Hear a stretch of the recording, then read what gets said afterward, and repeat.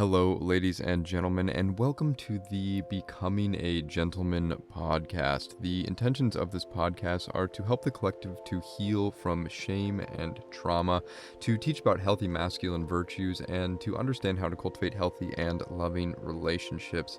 I am your host today, and my name is Christopher Linkenbach, and I'm a relationship coach here in Austin, Texas, and I help men to build confidence and to find healthy and loving relationships. If you'd like to schedule a free consultation call, you can click the link in the description.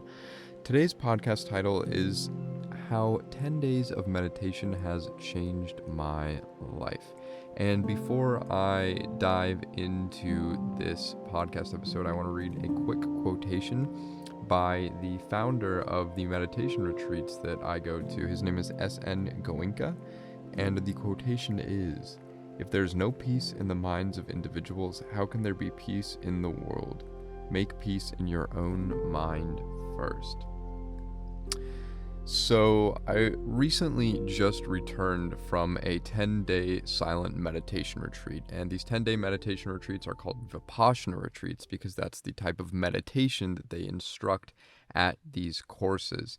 And these courses are actually located, they have retreats all over the world, and they are completely free to go to. They do not cost you a dime at all. They feed you, they house you, and they teach you meditation, kind of like an ashram or a temple in which monks would be able to go to in order to live without having to pay anything.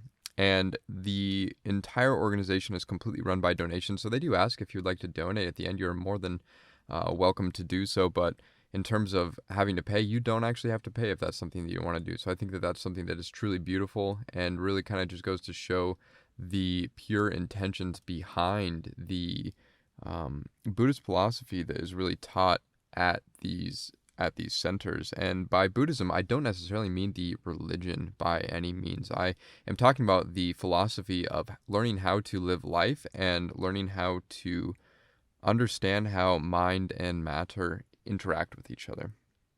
So I originally got into Vipassana meditation, I guess before I was even born. My mom had actually taken me to a Vipassana center when she was still pregnant with me. So at these Vipassana centers, you sit in silence for 10 days. So there's no talking for 10 days. And so she had this intention to go and to have a sit while she was pregnant with me. And I think that that's something that is extremely beautiful because I can only imagine the ability to just connect to each other in that space of just being silent and really being able to just completely sit in stillness with each other. And I also think that in some way, one of the reasons why I am so in love with meditation is because in some way, being in meditation probably somehow reminds my nervous system of what it was like to be in the womb and to kind of just feel that sort of stillness and that comfort and security that you get when you are with your mother. And I got into my first actual when I was born course when I was 21 years old and I was still attending college. And I went with my mom again and kind of completed the full circle. And I really didn't know what to expect when going into it. And at these meditation retreats, you're basically meditating for an entire day. You're meditating anywhere from like 8 to 12 hours during the day, just very consistently, very much just like deep within your own psyche. And so beforehand, I was kind of meditating on and off just to sort of like build up to it. And you're sitting at least for an hour, like during the longer periods. And those are like the more concentrated periods. And so before the meditation retreat even started, I would try and sit like 30 to 45 minutes, slowly working my way up to an hour just to see what it would feel like before I actually went in and embarked on something like this. And I would say that that definitely helped, but I was not expecting anything at all to go the way that it did when I actually arrived at the meditation center. And when you get there, you kind of just jump straight into it. There's like a short little orientation and they ring the gong and all of a sudden you're in silence. You're not speaking for 10 days. And that in itself is a challenge, but the real challenge comes when you are sitting in meditation and bringing pretty much everything up in your psyche and in your mind that you have been putting off. And what I mean by that is that there are so many distractions that we have in day-to-day life, food, our phones, relationships, just communication with other human beings, Netflix, you name it. There's just so much out there that allows us to distract ourselves from the feelings that are going on within us. And when you sit in meditation, they don't allow you to journal or write or read. You're basically there to just meditate. And when you do that, all the stuff that you've been putting up has an opportunity to now come to the surface so that you can examine it and just kind of let it pass away. And at these meditation centers, they actually teach you very specific instructions how to get very deep into the psyche in order to heal from deep emotional wounds and traumas that you carry within yourself. And the way that they go about doing this is just like a structured course that just teaches you the basic principles of meditating, of Vipassana meditation. And supposedly, this is the same meditation technique that has been passed down from teacher to student, all the way from the time of the Buddha. And so it's a very sacred technique, and it really is something that to me has been an absolute game changer when it comes to my day-to-day life. Because in these meditations, it's sort of like a body scanning meditation. And as you're doing it, you're getting deeper and deeper into the fundamental levels of reality. And because you're not really experiencing any external stimulus, and because you're just meditating with so much concentration, your mind eventually gets to the point where it becomes so sharp that you are now able to go to the physical levels, the subatomic levels of reality, and observe what is happening with the interaction of mind and matter at the deepest levels of reality. And at these meditation courses, they teach you more than just meditation. They teach you the fundamental laws of the universe and how the universe functions in accordance to your body. And you learn some very, very deep wisdom, and it is it's crazy. It's really crazy to be experience something like this, especially being pulled out of society or civilization for 10 days and then also planted back into society. So during my first 10-day course, I had completely submerged myself into the practice, and it changed my life. It has absolutely brought to me so many beautiful things. It has given me just some very deep insights in my life. And because of this first course, I made the commitment to myself to meditate for an hour every single day. And for the past several years now, I'm now 24 years old. So for the past 3 years, I've meditated every single day for an hour, missing a few days here and there, of course, but for the most part, continue with that commitment. And this has given to me for my own, analyzing of my psyche is a deeper level of understanding of myself. And that's what meditation is meditation means to get familiar with.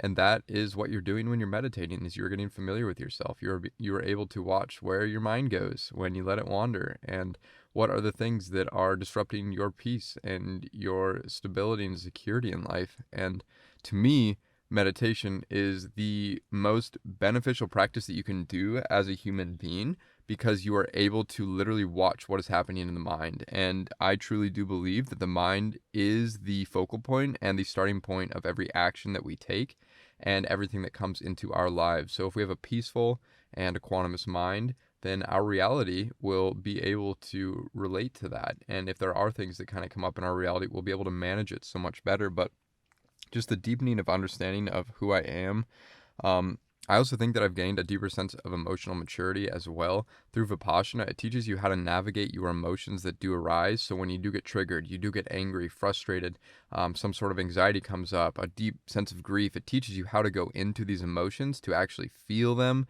and to experience them, and to not react to them either. So when there is anger, especially pertaining to like relationships or dealing with conflict with other individuals, you're able to sit in these emotions a little bit more and to kind of just observe them from an equanimous mind, not to suppress them, but also not to express them either, and to just allow them to be as they are.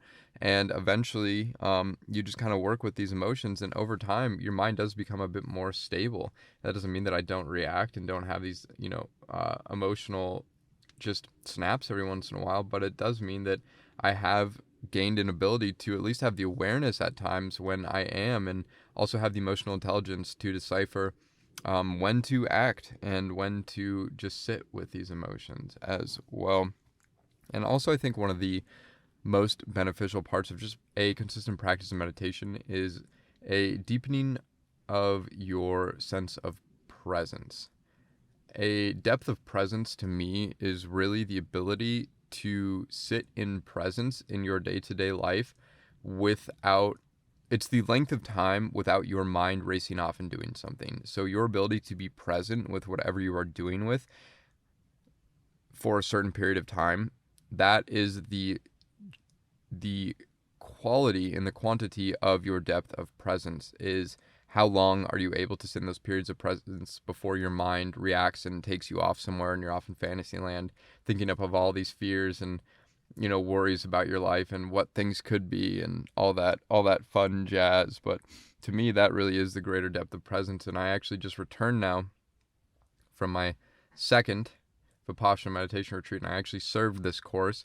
And when you serve the course, you don't have to take the noble silence. You don't have to sit for 10 days in silence, but there's minimal talking. And when you're there, you're actually learning how to navigate the Vipassana meditation technique in your day-to-day life, because you're going in meditating, and then you're going in, you're cutting vegetables or doing dishes or helping build gardens, and then you go back and you sit on your meditation cushion and you're just going back and forth, and it really does teach you how to use this practice in day-to-day life. But this practice to me has absolutely changed my life, and I'm beyond grateful for what it has given to me. And I highly recommend, if you are serious about self-development and spirituality, that you check out one of these Vipassana meditation centers. You can Google one that is near you. They're all over the United States. They're all over the world. Just search Vipassana Center near me and make sure they are done by the instructions of S.N. Goenka, and you will not be disappointed. And just buckle up, buddy, because they are very intense in the most beautiful of ways. And the intensity doesn't even stop after the meditation course is over.